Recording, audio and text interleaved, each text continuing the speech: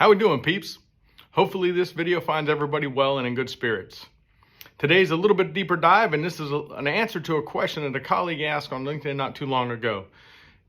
Brother Tar Heel Jackie says, in conversations, why do you find yourself cutting other people off in the conversation?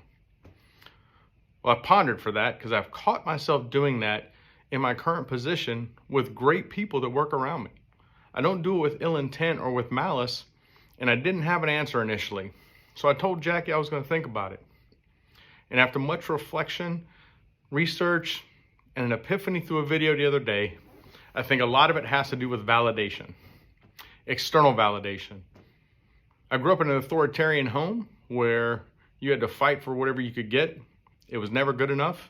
And in my formative years within the service, I found myself in an organization that followed suit, sort of that from a developmental standpoint.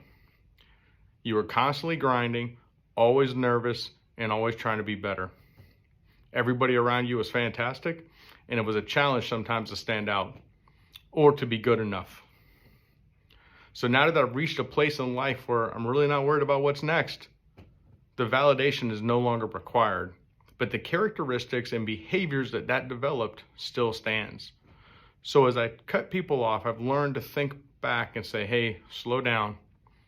They know you're smart enough. They know you're good enough. You don't need to cut them off to get your point into the conversation. It'll come in time. And if it doesn't, be comfortable where you are. You don't need to be externally validated. So this one is a little bit deeper, and it shows a little bit of vulnerability. I hope it rings with some other folks. As always, wish you well. Be well, peeps.